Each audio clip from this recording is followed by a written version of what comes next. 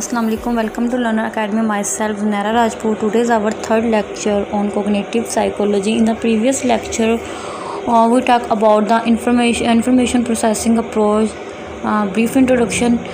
In this lecture, we talk about the cognitive neuropsychology. What is the mean by cognitive neuropsychology? ठीक है, cognitive neuropsychology describe cognition at the hardware level to use computer metaphor. मतलब कि cognitive जो cognition है इसका neuropsychology में ऐसा है कि ये जैसे कंप्यूटर के अंदर हार्डवेयर काम करती है, इस तरह ये जो है हमारे जो माइंड लेवल में एक हार्डवेयर की तरह ये काम करती है।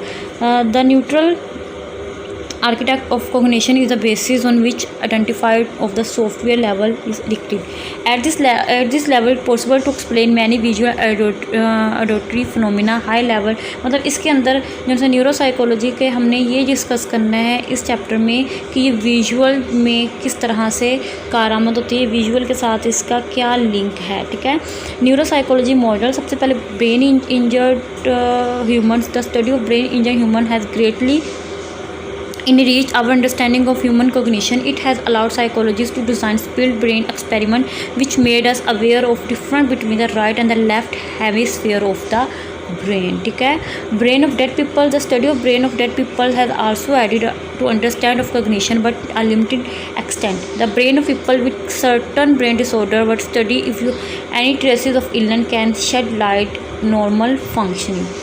Neuron imagining X-ray have also contributed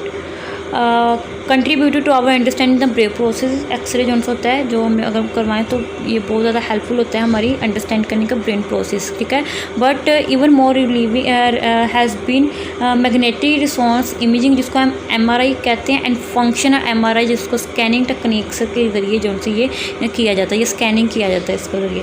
the MRI technique is quiet and yield limited formation. The जो फंक्शनल MRI है, फंक्शन MRI और MRI जो सिंपल है वो हो रहा है। ठीक है, however allow live brain scan it also less retardation free but it is a remain a hardware level understanding of the brain and can never a software level description। उसके बाद एनिमल स्टडी है।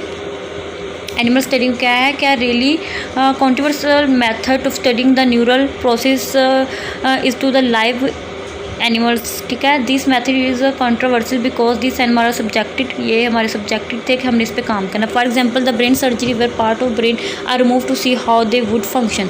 क्या करते थे कि जानवर ले लिया, उसके अंदर से जो उन्होंने देखना था, अगर उनको होता था कि कोई जैसे हेमिस्फीयर है या फिर कोई भी जैसे उसका दिमाग का हिस्सा ख़त्म कर दिया, रिमूव कर दिया एनिमल्स में, देन वो देखते थे कि ये हिस्सा ख़त्म करने से इसकी परफॉर्मेंस पे, इसकी फंक्शनिंग पर क्या असर पड़ा है। The condition in which this animals are kept also come under question. No doubt a lot of useful information has been obtained by studying animal but the ethical, मतलब कि इसके साथ जब उन्होंने एक्सपेरिमेंट किया तो उनको हर दफ़ा एक नई बात जो सी थी वो नज़र आई। उसके बाद न्यूरॉन क्या होता है, there are 70 billion neurons in the brain. 70 जो से बिलियन न्यूरॉन्स है वो दिमाग के अंदर है। And neuron specialise cell that transmit store information of different kind. Neuron क्या है कि एक ऐसे स्पेशलाइज सेल है जो कि ट्रांसमिट भी करता है, उसके अंदर स्टोर भी होती है डिफरेंट काइंड की इन्फॉर्मेशन।